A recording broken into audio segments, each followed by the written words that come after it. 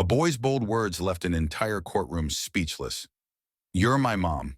What happened next will break your heart." The courtroom was packed, the kind of tension-filled atmosphere where even the shuffle of papers felt too loud. It was a custody hearing, one of the countless cases that passed through the desk of Judge Evelyn Harper. She was a figure of poise and authority, her gavel a symbol of finality at 55 judge. Harper had spent decades presiding over cases, earning a reputation for fairness and an unflinching adherence to the law. But this case was about to change everything. Seated in the middle of the room was a 10-year-old boy, small for his age, his feet barely touching the ground as he swung them nervously.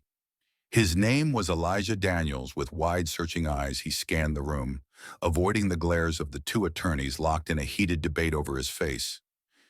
Elijah wasn't just another case. There was something about his quiet presence that tugged at the room in a way no one could quite articulate. Judge Harper adjusted her glasses, her expression calm, yet authoritative. She glanced at the boy briefly before turning her attention back to the attorneys. The arguments blurred together. Stability, best interests, permanent placement. She'd heard it all before.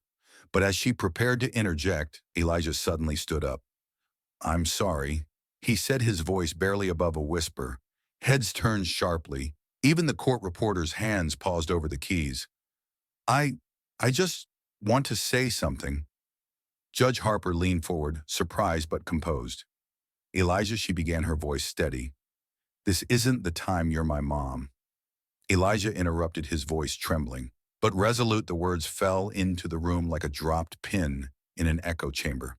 The air in the courtroom seemed to freeze, and every eye turned to the judge. But this moment was just the beginning. For a moment, the courtroom was suspended in silence, a tableau of shock, frozen in time. The attorneys, mid-argument, exchanged bewildered glances. The court clerk shifted uncomfortably, and the bailiff, usually unflappable, raised an eyebrow. Judge Evelyn Harper's practiced composure faltered for the briefest second. Her lips parted slightly as if to respond, but no words came. She blinked quickly, regaining her stoic mask. But the ripple of confusion had already begun to spread. "Elijah," she said carefully, her voice low but steady. "This isn't the place for personal statements. Please, take your seat." The boy, however, stood his ground, his small frame somehow radiating an immovable determination. "I know you're my mom," he repeated louder this time, his words carrying an undeniable conviction. Gasps echoed across the room as whispers broke out. Among the spectators, a woman in the back leaned toward her neighbor. "What's he talking about? Is she really?" "No way," came the whispered reply. "She's a judge. They vet these people, don't they?" The murmurs grew louder until the judge banged her gavel twice, her sharp voice cutting through the noise. "Order in the court." Elijah didn't flinch. He stood there, his fists clenched at his sides, his face a mix of fear and determination.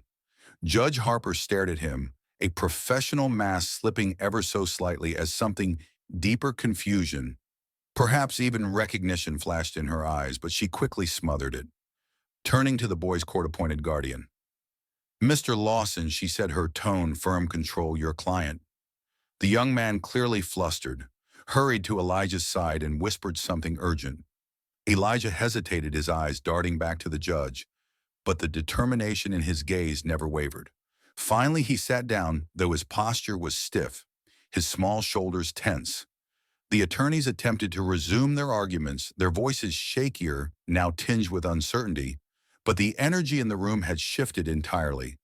Every spectator, every official, every participant was now focused not on the custody battle at hand, but on the quiet storm brewing between the boy and the judge. Evelyn Harper tried to focus on the proceedings, but her mind was racing.